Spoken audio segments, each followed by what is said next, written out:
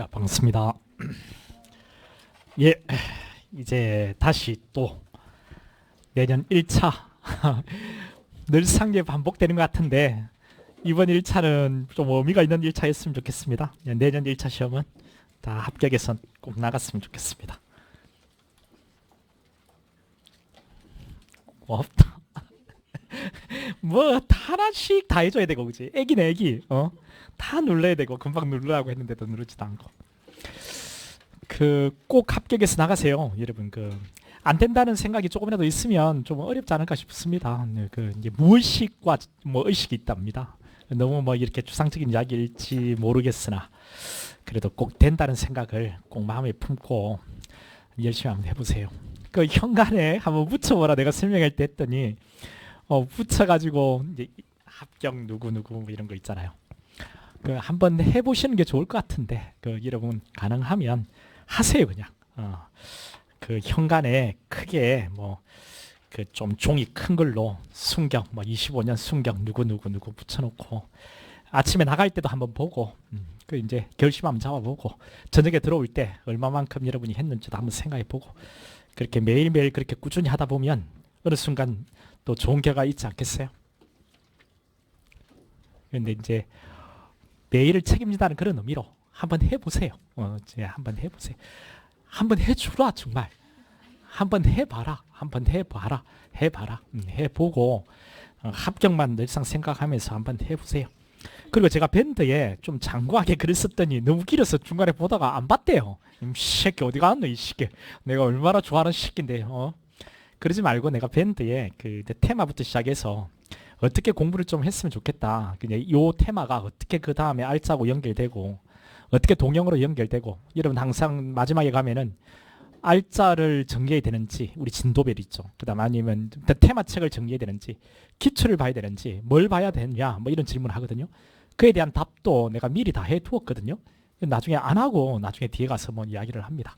그런 내용도 한번 그래도 긴 시간을 들여서 쭉 정리를 했던 거니까 한 번쯤 그것도 읽어봐 주세요. 여러분 한번 읽어봐 주고요. 그리고 제가 강의하는 과목은 꼭 그렇게 좀 해보세요. 지금 테마 때 기출을 진짜 많이 보셔야 됩니다. 여러분이 공부를 한다는 것은 강의를 듣는 것, 그 이론서를 여러분이 정독하는 것, 이게 공부가 아니고 여러분 실제 그 내용을 문제를 풀어보는 게 공부입니다. 이거는 뭐 수능부터 시작해서 모든 시험이 다 공통분모예요. 여러분들이 많이 안 풀어보면 알짜 때 하는 이야기가 있습니다. 알짜 때. 알짜 때 문제가 버겁다라고 이야기해요. 시간 내에 문제를 못 풀고 기출을 풀 시간이 없다. 기출을 풀 시간이 없다. 이런 이야기 합니다. 근데 기출을 많이 돌린 친구는 알짜가 버겁지 않다라고 이야기를 하고요. 알짜가. 근데 기출을 많이 안 보면 알짜가 버겁습니다. 알짜가 버거우면 그다음부터는 이제 시험이 코앞에 다가왔는데 불안감이 이제 좀 들죠. 알짜가 잘 안 풀리면. 그러면 정말 얼마 안 남았거든요. 시험이. 그렇게 되면 그때부터는 멘탈 잡기 어렵습니다. 제발이고 테마책 보지 마세요. 보지 말고 수업 시간에 열심히 들어야 기출 문제가 풀릴 겁니다. 열심히 풀고 안 풀리는 것은 테마책을 찾아보는 식으로 그렇게 공부하시라고요. 테마책 열심히 보고 뭐 기출을 보시면 그것도 공부는 맞지만 문제를 푼 그 경험치가 많아야 됩니다. 여러분 신판례라고 새롭게 나온 기출이 없는 판례들이 시험에 나올 확률이 많겠어요? 높겠어요? 아니면 이미 기출되어 있는 그런 지문 그 영역이 출제가 많이 되겠어요? 훨씬 이전에 나왔던 내용이 많이 되는 겁니다. 근데 알짜책을 열심히 보면 테마책을 열심히 보면 이제 신판례가 안 나온다는 게 아닌데 그보다는 뭐 훨씬 더 이전에 나왔던 게 빈도가 높잖아요. 많이 나오잖아요. 그 부분을 볼 시간이 좀 부족하거든요. 그러니까 내 시키는 대로 해보세요. 그러니까 이제 테마책을 복습하려고 하지 말고 그냥 문제만 냅다 많이 푸세요. 냅다 많이 풀고 또 풀고 또 풀고. 근데 안 풀리는 것은 테마책으로 와서 찾고 반드시 안 풀리는 부분은 정리해놓고 이런 식으로 해서 테마책은 이제 정리를 할 수 있는 그런 용도로 해서 그렇게 놓으세요. 그러면 테마책을 언제 보느냐? 한번 읽어보면 제가 설명을 쭉 했거든요. 알짜 때 보세요. 알짜 때. 그 테마에서 얼마만큼 이 10주 동안에 11주죠. 이번에는 10주인가요? 하여튼 그때 얼마만큼 기출을 많이 돌렸느냐. 이 기본에서도 기출을 보라고 했죠. 근데 테마 이 10주에 기출을 본다 해서 여러분 몇 회도 못합니다. 그럼 결국 기본부터 기출을 계속 돌렸어야 적어도 한 5회독 정도 넘어갈 겁니다. 그래야 이제 기출이 떨어졌다라고 이야기할 수 있을 거예요. 알짜가 쉽게 풀린단 말이죠. 근데 어차피 뭐 기본에서 기출을 봤을 거고 안 봤다 하더라도 알짜 때 주구장창 계속 보세요. 그러니까 뭐 틈만 나면 보세요. 쉬는 시간에도 보시고 저녁에 집에 가서도 보시고 자기 전까지 보시고 체크 놓고 안 풀리는 거 찾아보시고 테마책에 정리해 놓으시고 그걸 알짜만 빠르게 풀어보시고 그다음 테마책을 주구장창 그때부터 돌리시라고요. 그러면 기출을 계속 보고 이제 그 뭐 우리 알짜까지 풀어본 상태에서 테마책을 보면 입체적으로 보일 겁니다. 그러니까 뭐 오답이 그리는 위치들 뭐가 자주 반복적으로 나오는지 그냥 이론서만 남아 있는 게 아니고 문제가 풀리는 용도로 보실 수 있을 거거든요. 그렇게 해서 알짜 때 주구장창 문제 이제 그거 빠르게 풀 겁니다. 그렇게 이런 보셨으면 그때 그 테마책을 보시라고요. 테마책을 계속. 그 제가 자세하게 서술을 했으니까 설명해 두었으니까 밴드에 한번 꼭 읽어보세요. 그러니까 테마를 수업 들으시고 무조건 기출을 나는 계속적으로 풀겠다. 왜? 이것은 나중에 알짜 때 문제를 쉽게 풀기 위함이고 알짜 때 그 테마책을 입체적으로 볼 수 있다. 이런 생각을 여러분이 하시면 됩니다. 그 뒤에 동영 뭐 이렇게 어떻게 쭉 진행되는지도 설명했으니까 한번 꼭 읽어보시기 바랍니다.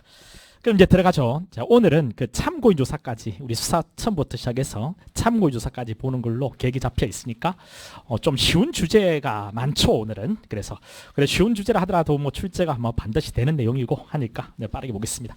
이것만 잠깐 한번 보고 들어가 볼게요. 이런 거는 펼치지 마세요. 필기노트 같은 거 펼치지 마세요. 그냥 들어보세요. 여러분 소송 조건이요. 소송 조건 기소하기 위한 조건이고 법정에서 다투기 위한 조건인데 소송 조건이 불구비가 되면 이건 형식재판으로 종결을 해요. 형식재판으로. 형식재판에 4가지 종류가 있습니다. 4가지 종류가 있고 특히 뭐 우리 고소가 친고죄인데 고소 없이 기소가 됐다. 뭐 이런 것들요. 그다음 함정사를 통해서 공소를 제기했다. 이런 것은 공소의 절차가 법률 규정에 위반하여 무효고 공기판으로 종결합니다. 그렇죠? 뭐 이런 것들은 다 필요 없고요. 이런 것도 다 필요 없습니다. 뭐 형법에서 뭐 연속 판결이 필요하겠죠. 하여튼 이런 것들이 형식 재판이고 소송 조건이 구비가 되면은 실체 심리를 통해서 실체 재판한다. 뭐 이 정도. 형식 재판에 공소기각 판결은 많이 등장하니까 공소기각 판결 한번 들어보시라고요. 다 알고 있는 겁니다. 그래서 펼칠 필요 없다고 했습니다. 자, 그러면 이제 여기서 윤곽을 한번 찾고 들어갈 겁니다. 수사편에 가면은 맨 앞부분이 수사의 기본이라고 해서 뭐 이런 내용들이 나오죠. 수사란 게 뭔지, 수사기관에 검사하고 사법경찰 관리가 있는데 그들의 관계, 수사 준칙 이야기로 넘어가서 요 내용을 좀 볼 겁니다. 심화 때는. 그 다음 수사의 대상이 된 피의자, 그 다음 수사의 조건, 수사기관이 피의자를 상대로 수사하기 위한 조건에 시작의 조건, 실행의 조건이 있잖아요. 이런 내용들. 그 중에서 실행의 조건의 상당성, 신의측의 함정수사, 요 내용은 정확하게 잡으셔야 됩니다. 여기서 여기 신분 비공개 수사하고 신분 위장 수사를 볼 거예요. 아청법상 그 내용이 여기 등장하니까 그 내용을 여러분 좀 같이 추가해서 이제 심화에서는 좀 보셔야 됩니다. 이제 그리고 이제 수사를 개시하기 위한 원인, 수사의 단서죠. 단서. 수사에 한 자신의 체험, 변사책 음시, 불신근무. 불신근무는 여러분 정확하게 기억해 두셔야 돼요. 간혹가다 이제 변사책 음시를 물어보는 경우가 있거든요. 이게 C급인데 이런 것들이 여러분 어렵잖아요. 변사책 음시도 나올 수 있는 건데 다 한번 잡아볼게요. 타인의 체험에 의한 수사의 단서 요겁니다. 요게 가장 빈도가 높습니다. 고소, 고발, 자수인데요. 고소의 시간이 좀 그래도 소요가 되겠죠. 근데 빠르게 우리가 많이 봤던 거니까 진행을 하고 이게 수사의 단서고요. 이제 수사로 넘어왔을 때는 원칙이 임의수사 아닙니까? 임의수사의 피의자 신문 이거 중요합니다. 예, 수사 준칙까지 같이 이번에는 심화 때는 수사 준칙 내용에 초점을 두고 좀 더 보겠습니다. 그다음 참고인 조사 여기까지 일단 우리가 오늘 보는 걸로 되어 있어요. 그다음에 뭐 임의 동행이 있고 기수조 수사에 통신 제한 조치, 뭐 사진 촬영 같은 거 나오죠. 오늘 우리 범위로 잡혀 있지 않은데 가능하면 좀 보고요. 가능하지 않으면 여기까지 일단 보는 걸로 하겠습니다. 이 내용까지 그럼 책을 가지고 들어가도록 하죠. 맨 앞에 그 형소법 총설은 일단 넘어갈 겁니다. 그 형사소송법 총설은 넘어가고 그 22페이지죠. 22페이지 수사의 기본이론. 여러분 책을 보면서 따라오시면 되겠습니다. 저는 이게 필기노트하고 연동이 돼 있어서 이 내용을 잠깐 볼게요. 저는 이제 뭐 이렇게 보면서 하겠습니다. 수사의 의의입니다. 이거는 뭐 옳은 지문으로 나옵니다. 뭐 간혹가다 나오기는 하는데요. 그러니까 수사라는 것은 범죄 밝히고요, 범인 잡고요, 증거 확보하는 수사기관의 활동이다. 어렵지 않습니다. 이런 것들은. 그 밑에 혹시나 이제 내사 부분 있죠. 요게 나오면 조금 생소함이 느껴질 거고요. 좀 다른 문제인 것 같은 느낌이 들어요. 그 내사를 기본에서 안 했던 건데 한번 한번 정리를 해보겠습니다. 내사라는 것은 경찰에서 내부적인 조사 활동입니다. 이게 범죄인가 아닌가를 잘 모를 때 내부적인 조사 활동이 내사죠. 내사. 그래서 밑에 진한 글자를 한번 보겠습니다. 그 수사기관의 활동은 맞습니다. 내사도. 근데 인지 전의 활동, 우리가 인지를 하면 수사가 시작되잖아요. 그 인지 전의 활동이고 범죄 혐의를 확인하기 위한 조사 활동이다. 범죄인가 아닌가, 범죄 혐의를 확인하기 위한 조사 활동이다. 이렇게요. 그 다음 수사와의 구별인데 그 학설, 형식적 실질설 이런 거 넘어가고요. 우리는 판례를 봐야 되겠죠. 판례, 실질설입니다. 그 실질설이 판례 입장인데 그 실질설 그 자체가 중요한 게 아니고 그 뒤에 나오는 판례가 중요하죠. 범죄 인지는 실질적 개념이다. 인지라는 것은 실질적 개념이다. 검사가 사건 수리 절차를 거치기 전에 범죄 혐의가 있다고 보아 수사를 개시하는 행위를 했다면 이때 범죄를 인지한 것으로 보아야 한다. 사건 수리 절차를 하기 전이라도 수사를 실제 했다면 그게 인지다. 범죄 인지서, 검사의 경우에는 인지서고요. 사법경찰 같은 경우에는 인지보고서입니다. 그러니까 인지서나 인지보고서 그 자체가 중요한 건 아니고요. 이런 서류를 작성해서 사건 수리 절차, 이걸 실무상 입건이라고 하는데 이런 절차를 밟았을 때 비로소 인지했다고 볼 것은 아니라는 겁니다. 그러니까 범죄를 인지하면 실질적으로 범죄를 알아차리면 그에 따른 절차를 밟도록 되어 있는데 그 인지서 또는 인지보고서를 작성하고 그리고 사건 수리 절차, 즉 실무상 입건을 한단 말이죠. 이때 인지했다라고 보는 입장을 형식설이라고 합니다. 인지를 형식적으로 이해하는 입장이죠. 그런데 우리 판례가 취하는 인지는, 즉 수사가 시작되는 인지는 실질적 개념이다 라는 겁니다. 됐죠? 형식적 개념 아니에요. 실질적 개념이다. 따라서 인지에 따른 절차를 밟기 전이라도 범죄 혐의가 있다고 보고 실제 수사를 하면 이것이 인지한 것이다. 이 내용을 꼭 기억해 두고요. 그럼 이제 어떤 차이가 있냐면 실질적 인지가 먼저 오고 그 뒤에 형식적 인지가 오겠죠. 그러니까 범죄다라고 판단하고 난 뒤에 그리고 나서 이제 인지 보고서 작성하고 인지 작성하고 사건 수리를 할 겁니다. 근데 그 사이에 일정 기간 틈이 있다면 그 사이에 수사를 했다면 이 수사는 위법 수사가 되느냐 적법한 수사가 되느냐, 이 수사를 통해 수집한 증거는 증거 능력이 있는가 없는가가 인지를 어떻게 볼 것이냐에 따라서 달라진다라고 했죠. 인지를 실질적으로 이해하면 여기서부터 수사를 했으니까 그 뒤에 수사를 해서 확보한 증거는, 수집한 증거는 증거 능력이 있겠죠. 그런데 인지를 형식적으로 이해하면 여기서부터 수사가 시작되는 건데 그 전에 수사를 했던 것은 위법 수사가 될 테고 이건 증거 능력이 부정될 겁니다. 그래서 이 증거 능력하고 연결해서 방금 이 인지의 개념이 실질적 개념이라는 것을 이해하고 있으면 되겠습니다. 그 밑에 수사하고 내사의 구별 실익인데요. 내사의 대상자는 단순한 용의자에 불과하죠. 내사를 받고 있을 때 그 내사의 대상자는 용의선상에 있다 해서 용의자라고 부릅니다. 또는 피내사자라고 부르죠. 이런 용의자, 즉 피내사자는 원칙적으로 피의자가 가지는 권리를 주장할 수 없습니다. 피의자가 가지는 권리를 주장할 수는 없어요. 내사의 대상이 된 피내사자, 즉 용의자는 말이죠. 그 2번 계속해서 보면요. 내사 단계에서는 그래서 조사 대상자에 대해서 피의자의 경우와 달리 피의자에게 인정되는 권리를 주장할 수 없다 했죠. 피의자 같은 경우에는 증거 보전을 청구할 수가 있잖아요. 그런데 피내사자, 즉 용의자는 증거 보전 청구권이 없습니다. 이런 것들은 나온다면 충분히 나올 가능성이 있습니다. 좀 어렵게 느껴질 수 있겠죠. 피의자부터 증거 보전 청구권이 있습니다. 그다음 3번에 진정에 의해서 이루어진 내사 사건에서 내사 종결 처분이 내려지더라도 진정과 탄원이 들어가면 내사를 진행해요. 진정, 탄원, 내사를 진행하는데 내사를 해보니까 범죄 혐의가 없다 판단하면 혐의 없다고 내사 종결할 겁니다. 이때 그 내사 종결 처분에 대해서 진정인이 재정 신청을 제기할 수 있는가라는 거예요. 진정을 했는데 혐의 없다고 내사 종결해버리면 진정을 한 사람의 입장에서는 불만이 있겠죠. 이때 재정 신청을 할 수 있는가? 못합니다. 재정 신청은 고소인 그리고 일정 범위, 일정 범죄 고발인이 검사가 불기소했을 때 검찰항을 거친 뒤에 원칙적으로 재정 신청을 하는 거잖아요. 그렇죠? 불기소에 대해서 하는 거잖아요. 따라서 진정인, 탄원인은 내사 종결 처분에 대해서 재정 신청은 제기를 못합니다. 헌법 소원 제기 가능한가? 안 되죠. 헌법소원은 기본권 침해받은 자가 침해된 기본권을 구제받을 다른 방법이 없을 때 최우수단으로 보충성이라고 하죠. 헌법소원을 제기할 수 있는 건데, 진정과 탄원을 했을 때 혐의 없다고 내사 종결을 하면 내가 고소권을 가지고 있으면 고소를 하면 되고요. 내가 제3자면 고발을 하면 됩니다. 그러면 수사가 진행될 테고, 그 수사를 통해서 이제 불기소 같은 게 떨어지겠죠. 그럼 또 뭐 검찰 항고를 통해서 재정 신청 같은 게 가능합니다. 그래서 사전에 그칠 수 있는 권리구제 방법들이 있거든요. 따라서 혐의 없다는 내사 종결에 대해서 바로 헌법소원 제기는 안 됩니다. 이런 것들이 등장하면 거의 처음 나왔다는 느낌이 들면서 어렵습니다. 그냥 이해를 해두시면 되겠고요. 그 다음 4번입니다. 변호인과의 접견교통권이요. 이거는 많이 나왔죠. 헌법에서 나오고 수성법에서 나옵니다.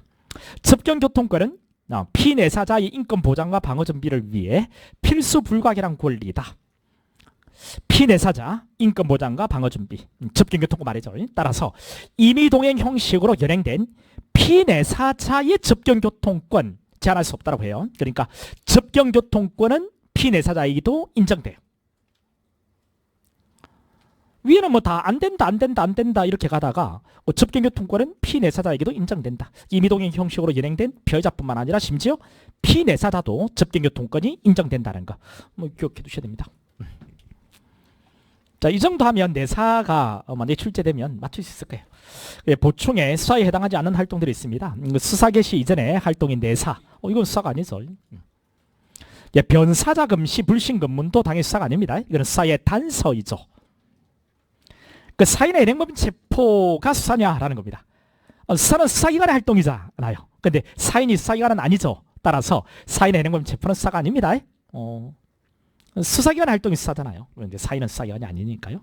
그 다음 공판정에서 행하는 검사의 피고인신문, 증인신문요. 법정에서 공판정 법정에서 검사가 피고인신문도 하고 증인신문도 해요. 자, 이것이 수사냐? 아니죠. 아니죠. 이건 수사가 아닙니다.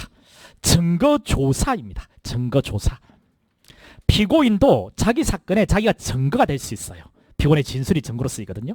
피고인신문이라는가 증인신문은 이거는 증거를 조사하는 겁니다. 인정에 대한 증거조사예요. 이건 수사가 될 수 없습니다. 자, 그 다음에 수사기관과 피의자예요. 수사기관. 수사기관은 뭐 검사, 사법, 경찰가 있습니다. 밑에 관련 조문이 있는데 196조요. 검사는 범죄 혐의가 있다고 사료하는 때, 사료 생각, 범인 범죄 증거를 수사한다. 할 수 있다가 아니에요. 무조건 해야 돼요. 수사는 필요적인 겁니다. 이 범죄 혐의는 주관적 혐의라고 했죠. 주관적 혐의. 주관적 혐의는 다른 말로 구체적 혐의라고도 합니다. 그 다음 2항에 검사는 쭉 조문이 나오고 사법경찰관으로부터 송치받은 사건에 관하여 해당 사건과 동일성을 해하지 아니하는 범위 내에서 수사할 수 있다. 그러니까 송치를 받았는데 검사가 수사를 하려고 하면 동일성을 해치지 않는 범위 내에서만 수사 가능합니다. 동일성. 그러니까 별건이 수사를 통해서 드러나도요 수사를 못한다는 겁니다. 자, 그 다음에 넘어가서 검사의 직무를 보겠습니다. 검찰청법에 검사의 직무. 검사는 그 다음 각 호의 직무와 권한이 있다라고 돼 있는데 1호에 범죄 수사입니다. 범죄 수사. 그리고 공소되기 그 유지 뭐 이렇게 되어 있는데 범죄 수사예요. 그런데 검사가 수사를 개시할 수 있는 범죄의 범위는 다음 항목과 같다. 그러니까 직접 검사가 수사를 개시할 수 있는 범죄. 이걸 검사 직수 사건이라고 하거든요. 직접 수사를 개시한다는 거죠. 자, 이것이 정해져 있습니다. 부패범죄, 경제범죄 등이라는 글자 동그라미. 등 대통령령으로 정하는 중요범죄. 등이라는 것은 기타 등등 할 때 등이에요. 그러니까 앞에 두 개, 이거 말고도 등등 이런 말이니까 이게 부패범죄, 경제범죄로 한정되는 게 아니죠. 근데 처음에는 중으로 가려고 했었어요. 중. 그런데 실컷 이렇게 논의를 해놓고 막상 검찰청법에는 등으로 이렇게 규정되어서 이게 다시 뭐 이 등이니까 대통령이 더 늘릴 수 있잖아요. 그렇죠. 행정입법을 통해서 상당 부분 늘렸습니다. 조금 뒤에 그것을 보게 될 겁니다. 일단 부패범죄, 경제범죄 등이라 돼 있다는 건 확인해 주면 되겠고요. 또 검사가 직접 수사를 개시할 수 있는 범죄는 뭐가 있냐면 경찰 공무원의 범죄, 그리고 공수처 있죠. 공수처 공무원이 범한 범죄입니다. 이것은 경찰이 또는 공수처가 수사하는 것보다는 검찰이 수사하는 게 맞겠죠. 그다음 다예 가목 남목 범죄 그리고 사법경찰 송치한 범죄와 관련하여 인지한 각 해당 범죄와 자 직접 관련성이 있는 범죄까지는 수사할 수 있습니다. 직접 관련성이 있는 범죄 가목 남목 그리고 사법경찰관이 송치한 범죄와 관련해서 인지한 해당 범죄와 직접 관련성 있는 범죄까지. 2항입니다. 검사는 자신이 수사 개시한 범죄에 대해서 공소를 제기할 수 없다. 자, 공소를 제기하지 못한대요. 자기가 직접 수사를 개시한 범죄, 검사 직수 사건 있죠. 부패범죄, 경제범죄 같은 거. 직접 수사를 개시한 범죄는 공소를 제기할 수 없대요. 자기가 수사를 했지만 자기가 기소를 못한다. 뭐 다른 검사가 된다는 겁니다. 다만 사법경찰관이 송치한 범죄에 대해서는 그러지 아니하다. 그러니까 사법경찰관이 송치를 해서 검사가 수사를 마무리 지었던 거 있죠. 이것은 공소를 제기할 수 있다는 겁니다. 그런데 검사 직수 사건은 공소를 제기할 수 없다는 거죠. 다른 검사가 해야 된다는 겁니다. 막 비판을 하고 싶은데 하지 않을게요. 지금은 우리 심화 때는 자 이런 내용이 있다는 것만 여러분 알고 있으면 되겠습니다. 넘어가죠.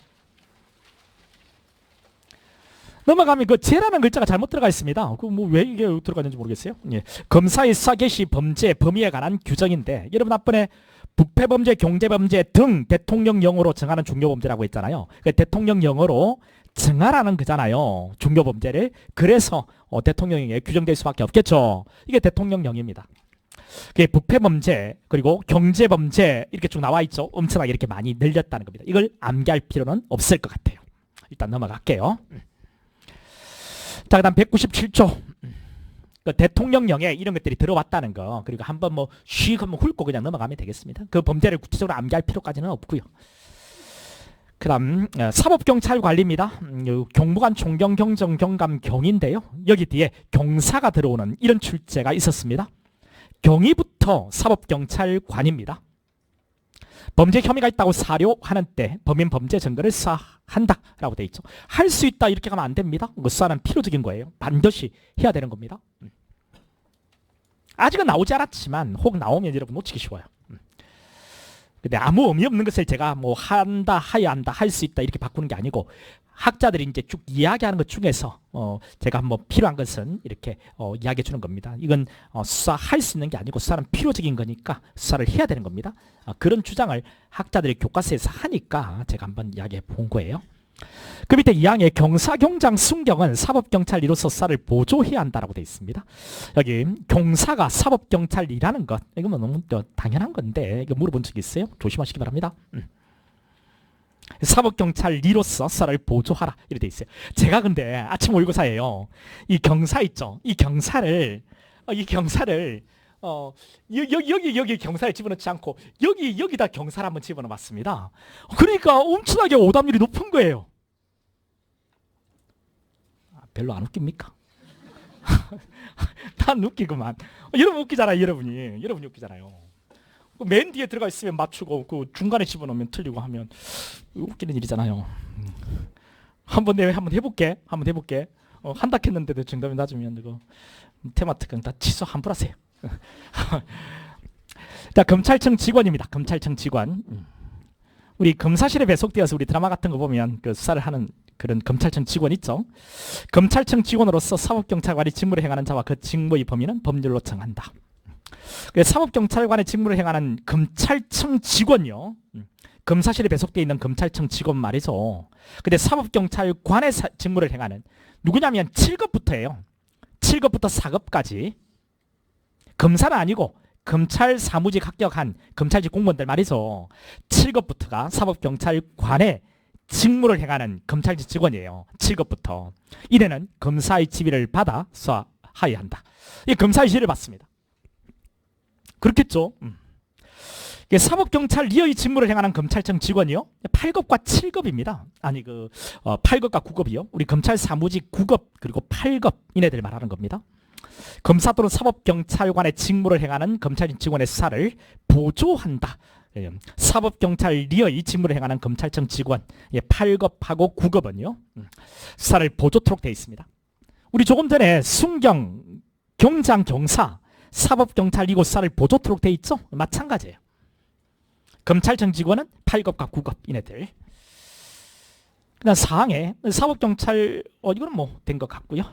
그다음 검찰청법 46조에 이제 이런 내용들은 안 보고 넘어가도 되겠습니다. 그러니까 뭐 사법경찰관의 직무를 행하는 검찰 직원은 누구고 사법경찰리의 직무를 행하는 검찰 직원은 누군지 그런 이야기를 하고 있는데 이거는 넘어가도 되겠습니다. 그 다음에 검찰청법 47조 이것도 넘어가도 될 것 같아요. 그 다음 특별사법경찰관리 이게 성진에 나왔습니다. 이거 한번 볼게요. 그 1항에 산림회사, 전매, 세무, 군수사기관 그 밖에 특별한 사항에 관하여 특별한 사항에 관하여 사법경찰관리 직무를 행할 특별사법경찰관 그러니까 특별한 사항에 대해서 사법경찰관리 직무를 행하는 이래를 특별사법경찰관리라고 합니다. 물론 그 직무 범위는 법률로 정하겠죠.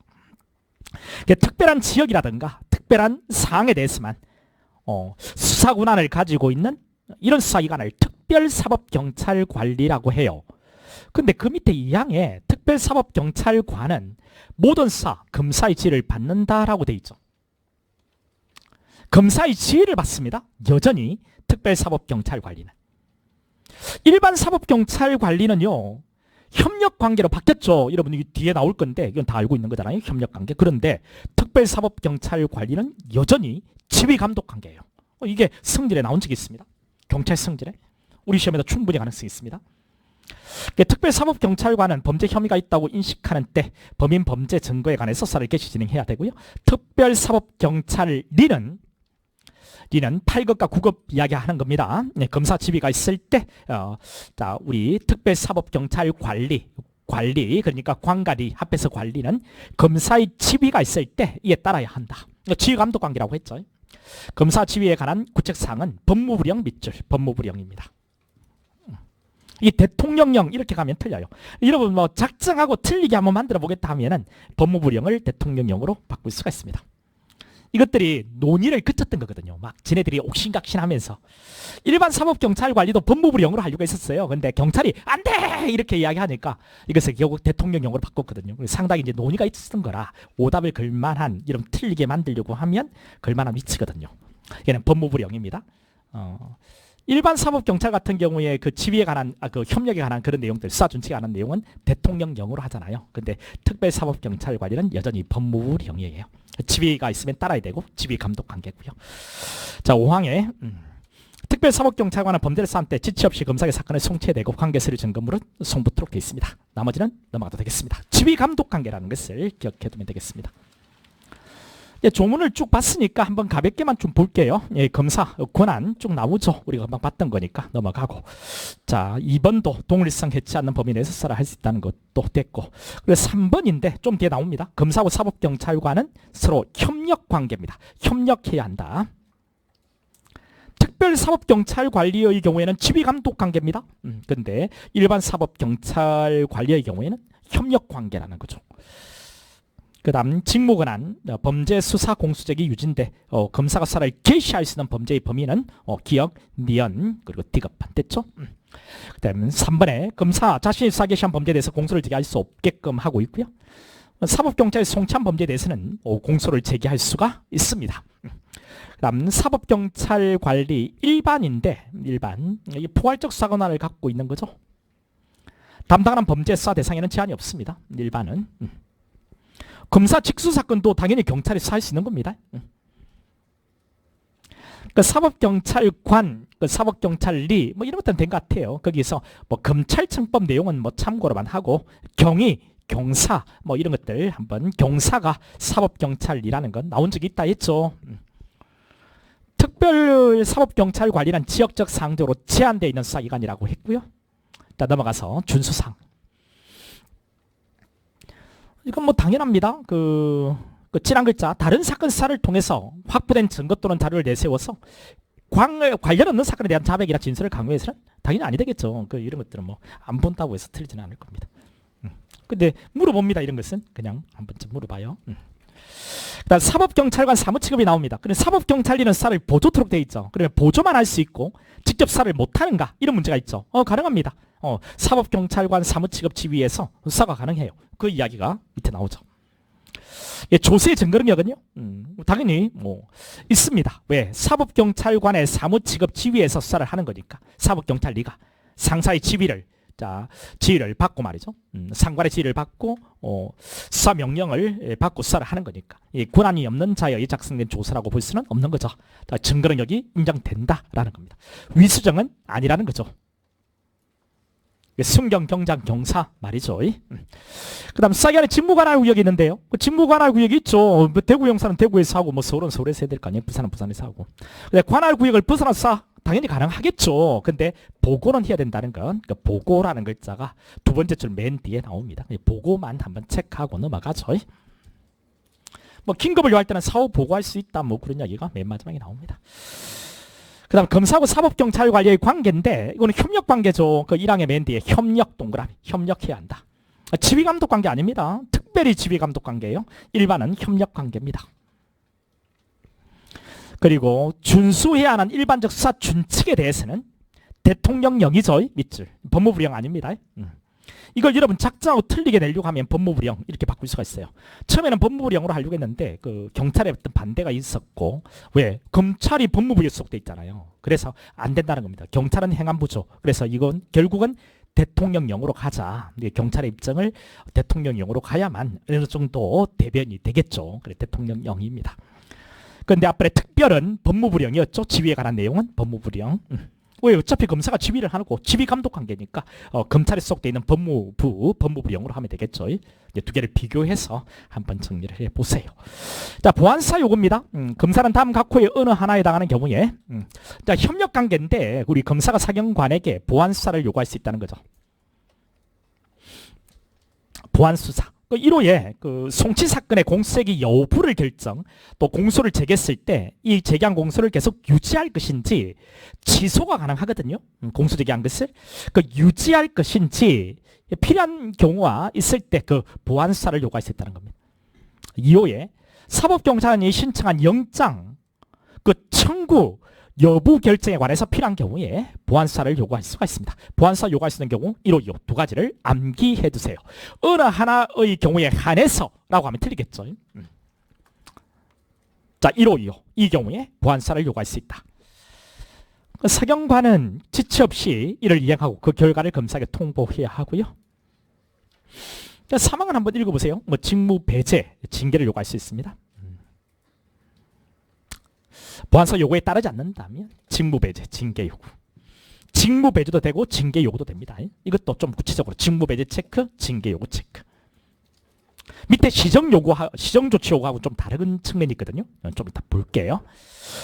시정 조치 요구입니다. 검사는 사법경찰관리 수사 과정에서 법령 위반이 있다. 사법경찰 수사 과정에서 법령 위반, 또 인권 침해가 있다. 현저한 사건 남용이 의심되는 사실에 신고가 있다. 또 그러한 사실을 인식하게 되었다. 이런 경우입니다. 가볍게 한번 보시면 돼요.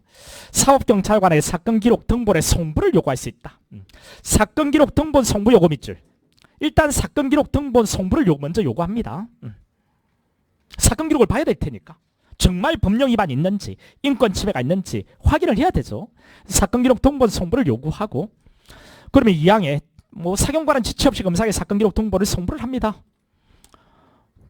이제 검토를 했겠죠. 시정할 필요가 있으면 그 밑에 3항의 맨 뒤에 사경관에게 시정조치 요구할 수 있다 밑줄.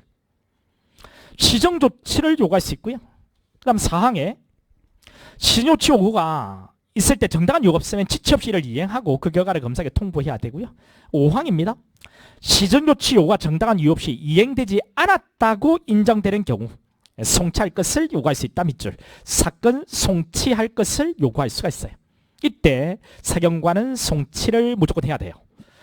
전에 여러분 시험에 요 1항에서 1항 여기에 인권침해, 법령위반, 인권침해, 현장 사건 남용 신고가 있거나 인식하게 되었다. 여기서 바로 이쪽으로 송치할 것을 요구할 수 있다. 요렇게 갔단 말이죠. 틀리죠. 이게 인식을 했다면 일단 요겁니다. 요거 먼저 해야 되고요. 그 다음 시정조치 요구해야 되고요. 그래도 안 되면 그때 송치 요구입니다. 이 흐름을 꼭 점검을 해두세요. 여기서 바로 요쪽으로 가면 안 됩니다. 안 됩니다.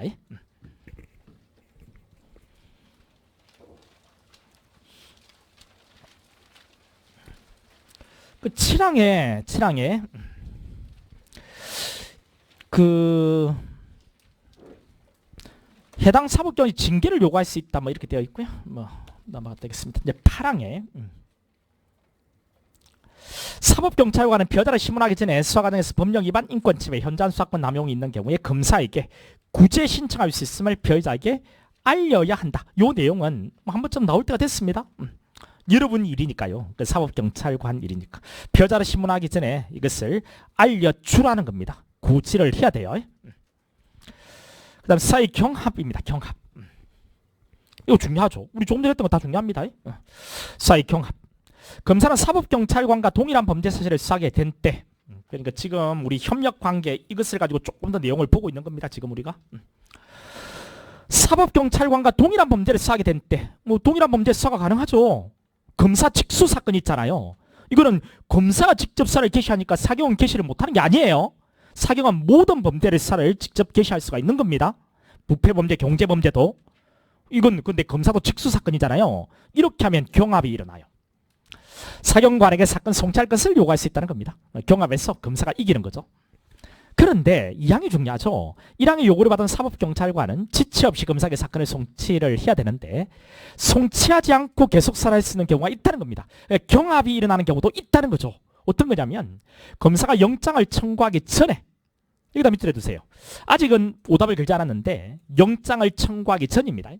검사가 강제 수사하겠다고 영장을 청구하기 전에 동일한 범죄 사실에 관하여 사경이 영장을 청구해달라는 신청을 검사에게 하는 거죠. 근데 이것을 먼저 했다는 겁니다. 영장을 신청을 한 경우에 해당 영장이 된 범죄 사실을 계속 수사할 수가 있다는 거죠. 그런데 이 영장을 청구하기 전 이것을 이렇게 바꿀 수도 있다고 저는 보여져요. 송치를 요구하기 전에 이렇게요. 검사가 송치를 요구하기 전에 동일한 범죄 사실에 관하여 사경이 영장을 먼저 신청했다면 해당 영장이 된 범죄 사실을 계속 수사할 수 있다 하면 틀리겠죠. 그러니까 송치를 요구하기 전 아니고 검사가 법원에 영장을 청구하기 전에 사경이 먼저 강제 수사하겠다고, 근데 자기는 영장 청구를 못하니까 검사에게 청구해달라는 신청을 먼저 했다면 계속 수사를 할 수 있다는 겁니다. 꼭 기억해 두세요. 여러분 시험에 벌써 나왔어요. 그 다음 221조 2호. 이것도 이런 시험에 다 나왔죠.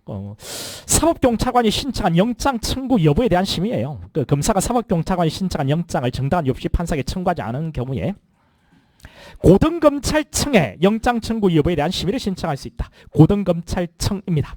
그래서 밑에 2항에 고등검찰청에 영장심의위원회를 둡니다. 이것을 대검찰청 이렇게 바꿔서 여러분 시험에 나왔죠. 그럼 이제 다음에는 지방검찰청 이렇게 바꿀 가능성이 다분히 있겠죠. 고등검찰청입니다. 고등검찰청에 영장심의위원회를 둬요. 그 영장심의위원회 구성에 대해서는 이건 아직까지 나올 것 같은 느낌이 안 들어요. 그래서 3항, 4항, 5항은 일단 넘어가세요. 넘어가세요. 자, 이제 수사준칙, 이제 형소법하고 좀 더 세밀한 디테일한 수사준칙 내용이 나오는데요. 일단 여기서는 그 진하게 들어가 있는 것만 복습하면서 넘어가시기 바랍니다.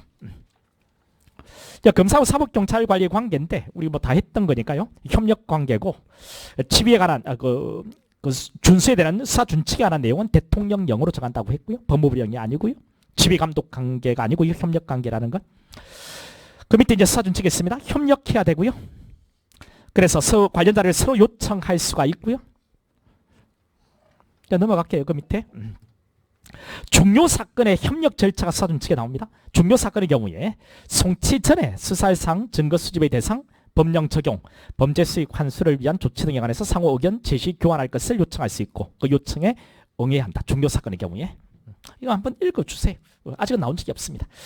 그 밑에 기억부터 미연까지는 넘어가고요. 그 다음 이번에 뭐 이래도 불구하고 위에 1번 중요 사건 협력 절차 공소시효가 적용되는 사건 단계 공소시효예요. 이게 적용되는 사건에 대해서는 공소시효 만료일 3개월 전까지 상호 의견을 제시 교환해야 되고 공소시효 만료일 전 3개월 이내 수사를 3개월 이내에 쌀을 개시했을 때는 지체 없이 상호 의견 제시 교환을 해야 된다고 되어 있습니다. 이것 한번 읽어주면 되겠습니다. 네. 그 밑에 기억부터 이게 단기의 공소시효가 적용되는 사건을 굳이 암기할 필요는 없을 것 같아요. 공직선거법 정도만 이러면 한번 보면 되겠죠. 그 우리 기본에서 안 했던 겁니다. 사준 측에 뒤에서 본다고 했던 것을 보는 거니까 조금 이제 낯설 겁니다.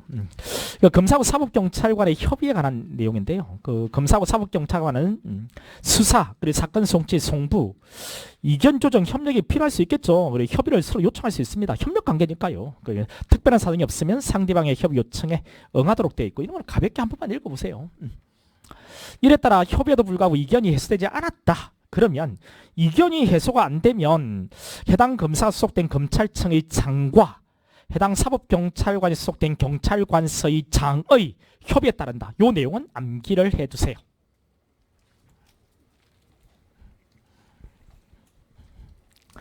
나머지 뭐 기억부터 리얼까지로 넘어가고요. 찌란 글자만 체크하시라고요. 지금은.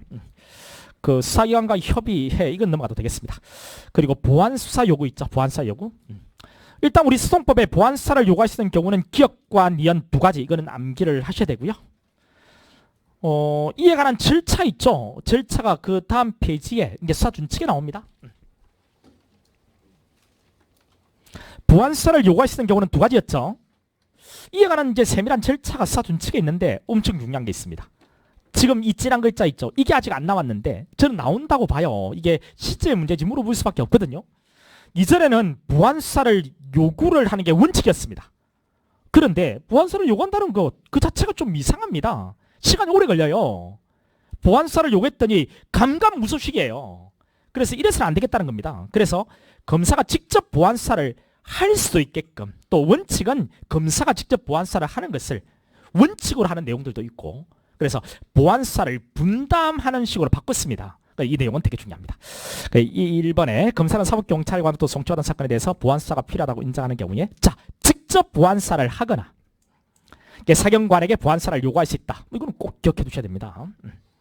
다만 송치 사건의 공책이 여부 결정에 필요한 경우로서 다음의 어느 하나에 해당하는 경우에는 특별히 사법경찰관에게 보안수사를 요구할 필요가 있다고 인정되는 경우를 제외하고 이 경우에는 검사가 직접 보안수사를 하는 것을 오히려 원칙으로 해요.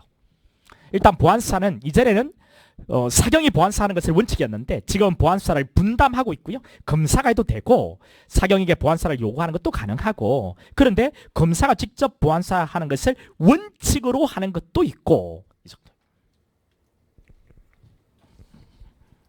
이건 아마 경찰들도 다 좋아하는 내용일 겁니다. 이게 제가 직접 한 명 한 명 물어보질 않았지만 이게 맞겠죠. 나머지는 쭉 넘어갈게요. 나머지는 다 넘어가세요. 진하게 들어가 있지 않은 것을 일단 넘어가 보세요. 다음 페이지에 여러분 보안수사 그 절차에 3번 이거 중요합니다. 앞으로 보안수사는 분담한다는 거 중요하고요. 보안수사를 요구하잖아요. 그러면 사법경찰관이 보안수사 언제까지 보안수사를 해서 마쳐야 되는지 보안수사를 마쳐야 되는지 3개월입니다. 이거 중요합니다. 보안수사 요구가 접수된 날부터 3개월입니다. 3개월 2개월 아니에요. 3개월 이내에 보안수사를 마쳐야 한다. 3개월 동그라미. 그 다음 밑에 5번에 보안수사를 이행한 결과 혐의가 있다고 인정되는 경우에 해당하지 않는다고 판단한 경우 쭉 혐의가 없다고 본 거예요. 이런 경우에는 불송치 가능하고요. 또 수사를 중지할 수도 있다라는 겁니다. 그 다음 직무배제, 징계 요구의 방법과 절차 이런 것들은 넘어가도 되겠고요. 그 다음 시정조치 요구. 여러분 1번 이런 것들은 다 했죠. 우리가 앞번에 수송법에 있는 내용들이니까 이건 여러분들 지난 글자 다시 한번 더 읽어보시고요. 우리 수사준칙의 그 디테일한 절차를 한번 보겠습니다. 검사는 사법경찰관에게 사건 기록 등본 송부를 요구한다. 일단 뭐 법령 위반 인권 침해 뭐 신고가 있거나 인정을 했다면 일단 사건 기록 등본의 송부를 요구하잖아요. 그 사건 기록 등본 송부를 요구할 때 서면으로 한다는 것. 서면. 그래서 사법경찰은 요구를 받은 날부터 7일이라는 것. 7일. 체크해 주세요. 7일. 그 다음 시정조치 요구인데 30일 동그라미. 시정조치 요구. 여부를 결정해서 통보해야 되고 30일 내에. 서면으로 하는 겁니다. 시정조치 여부를 결정해서 통보하는 것은 시정조치 요구를 하는 것이다. 이게 30일 이내에 해야 된다. 이렇게. 그 다음에 저 4번 그리고 5번 그리고 6번 사법경찰관은 서면으로 사건 송치 요구를 받았을 때 7일 이내에 사건 기록을 검사에게 송치합니다. 뭐 시정조치 요구를 했는데 시정이 되지 않았다면 사건 송치를 요구하잖아요. 그래서 송치 요구를 받은 날부터 7일 동그라미 7일 내에 사건을 검사에게 송치합니다. 관계서류 점검을 함께 송부해요. 이게 수사준칙의 내용들이니까 이건 좀 기억해 두세요. 이런 것들은 여러분 뭐 좀 그 변별력을 주기 위해서 좀 물어보는 내용일 겁니다. 그러니까 맞추면 여러분 뭐 올라가겠죠. 우리 이 정도는 한번 함께 보세요. 징계 요구의 방법 넘어가고요. 구제 신청 고지의 확인. 그 1번에 사법경찰관이 피해자를 신문하기 전에 수사 과정에서 법령 위반, 인권 침해, 현장 수사권 남용, 이 구제를 신청할 수 있는 피해자에게 알려주라고 했죠. 알려주었다면 피해자로부터 고지 확인서를 받으라는 겁니다.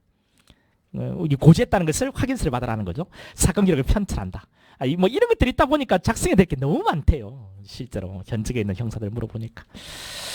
다만 피해자가 고지 확인서에 기명날에 따라 서명하는 것을 거부하는 경우에 사법경찰관이 고지 확인서 끝부분에 그 사유를 적고 기명날에 따라 서명한다. 그리고 1번과 2번은 여러분 익혀두세요. 알겠죠? 그 다음 사의 경합입니다. 일단 그 소송법 내용이 1번, 2번, 3번인데 이거 되게 중요합니다. 이건 벌써 여러분 시험에도 나왔고요. 반드시 암기를 하셔야 되는 겁니다. 우리는 그 밑에 절차를 보겠습니다. 그 수사준칙이죠. 검사하고 사법경찰관은 수사 경합과 관련하여 동일한 범죄 사실 여부, 우리가 동일한 범죄 사실에 대해서죠. 그러면 동일한 범죄, 검사하고 경찰이 수사하고 있는 범죄가 동일한 범죄인가, 이에 대한 판단을 어떻게 할 거냐, 이런 문제가 있겠죠. 그 다음에 영장 청구를 하기 전에 영장을 먼저 신청했을 때 경찰이 수사를 개사할 수 있는 거죠. 그러면 이 시간적 선우는 어떻게 판단할 거냐, 이런 문제가 있습니다. 그 이야기예요. 이게 수사 준칙에 있다는 겁니다. 동일한 범죄 여부나 영장 청구 신청 시간적 선후 관계 등을 판단하기 위해 필요한 경우에는 그 필요한 범위 내에서 사건 기록의 상호 열람을 요청할 수 있고, 이항에 이번에 영장 청구 신청의 시간적 선후 관계는 검사의 영장 청구서와 사법경찰관의 영장 신청서가 각각 법원에 그리고 검찰청에 접수된 시점을 기준으로 판단한다. 뭐 검사의 경우에는 영장 청구서 법원에 접수시키겠죠. 이 시점. 그리고 사형의 경우에는 검찰청에 영장 신청서를 검찰청에 접수를 하겠죠. 이 시점을 가지고 판단한다. 당연히 검사, 사법경 영장 신청 접수를 거부하거나 지연해서는 안 되겠죠. 검사. 그 다음에 사건 송치. 검사는 사법경찰관에게 사건 송치를 요구할 때 그 서면으로 한다 하면 됐고요. 그 사법경찰관은 송치 요구를 받은 날부터 7일 이내에 사건을 검사에게 송치해야 합니다. 7일 아까 했죠. 중복수사의 방지. 중복수사의 방지. 이거 전부 다 수사 경합이 일어났을 때 이야기예요. 수사 경합에서 검사가 이기니까 뭐 송치 요구를 하는 겁니다. 그러면 7일 이내에 송치를 해야 된다는 거죠. 관계서류 증거물을 송부를 해야 된다는 이야기예요. 그러니까 중복수사의 방지인데 그 검사는 사법경찰관이 범죄 사실을 계속 수사할 수 있게 된 경우, 계속 수사할 수 있는 경우 있죠. 먼저 신청을 했다면. 정당한 사유가 있는 경우를 제외하고 그와 동일한 범죄 사실에 대한 사건을 이송하는 등 중복수사를 피하기 위해 노력해야 한다. 그러니까 자 이것도 잘 보세요. 이것도 보세요. 검사 사법경찰의 범죄 사실을 같이 수사할 수 있다는 겁니다. 계속 수사할 수 있게 되었다는 거죠. 사법경찰관이 먼저 신청을 해서. 이런 경우에 중복수사는 바람직하지는 않아요. 그죠? 할 수도 있지만. 그래서 정당한 사유가 있는 경우를 제외하고, 정당한 사유가 있다면 검사도 하고 사경도 할 수 있겠죠. 근데 정당한 사유가 있는 경우를 제외하고 동일한 범죄에 대해서 중복수사를 피하기 위한 노력을 하라는 겁니다. 그러니까 이송하는 등, 사경에게 이 사건을 보내주는 거죠. 네가 하라고. 이송하는 등 중복수사를 피하기 위해서 노력해야 한다. 이건 노력하라고 했죠. 그냥 뭐 노력을 하라, 이렇게 꼭 해야 된다는 게 아니고 뭐 노력하라 이렇게 되어 있습니다. 이것도 익혀두세요. 그 다음에 사법경찰관이 신청한 영장 청구에 대한 심의, 이런 것도 우리 다 했습니다. 우리 수송법에 나와 있는 내용이고요. 고등검찰청이라는 거죠. 대검찰청은 나왔으니까 지방검찰청으로 바꿀 가능성이 있으니까 조심하시면 되겠습니다. 이제 전문사 자문위원입니다. 그 참여인데 이것도 뭐 간혹 가다가 나옵니다. 이 검사는 직권 그리고 신청입니다. 그 신청 있는 경우에 하나다 이렇게 출제가 된 적이 있죠. 예, 직권도 됩니다. 직권도 됩니다. 전문사 자문위원을 정해서 자문을 들을 수 있고요. 1인입니다. 이거 2인으로 바꿀 가능성은 있는데 아직까지는 뭐 이렇게 출제가 되고 있지는 않아요. 1인. 그러니까 지정을 취소할 수 있고요. 그 다음 전문사 자문위원 지정에 대해서 위의를 제기할 수 있습니다. 이게 뭐 피해자에게 불리한 자문을 계속한다면 피해자 측에서 이의 신청을 해야 될 텐데요. 이의 신청은 누구한테 할 거냐 이런 문제예요. 고등검찰청의 검사장입니다. 지방검찰청의 검사장 이렇게는 뭐 벌써 출제가 되었죠. 고검장에게 이의 신청합니다. 지금의 검사가 전문사 자문위원을 지정했으니까 이의 제기는 그 상급 관서로 가는 게 맞겠죠. 취미 권한 뭐 서면 제출도 되고 직접 설명이나 의견을 진술하는 것도 됩니다. 전문사 자문위원은 말이죠. 전문사 자문위원이 뭔지에 대해서는 뭐 제가 설명 안 할 겁니다. 이런 것들은 기본에서 하는 거니까. 이번에 검사는 전문사 자문위원이 제출한 서면 그리고 설명 의견 진술에 대해서 피해자 또는 변호인에게 구술 또는 서면에 의한 의견 진술 기회를 줘야 합니다. 구술 또는 서면에 의한 의견 진술 기회를 줘야 한다. 구술과 서면 다 된다는 거고. 아직 구술 서면을 바꾸지 않았으니까 이제 기억을 해본다는 거죠. 구술 서면 의견 진술 기회를 주어야 한다. 이건 여러분 시험에 나왔습니다. 이거 줄 수 있다 이렇게 바꿔서 주어야 해요. 줄 수 있다가 아니에요. 그리고 전에 국가직에는 1회 공판기일 전까지 뭐 이렇게 나온 적이 있습니다. 언제까지 주라는 말은 없어요. 그러니까 이런 것들이 나오면 틀립니다. 아직까지 나오지 않았던 것은 뭐 구술 서면 이런 것들 한번 체크해 보면 되겠습니다. 여기까지 하고 지금 50분 됐으니까 조금 쉬었다가 이제 피해자부터는 좀 빠르게 넘어갈게요.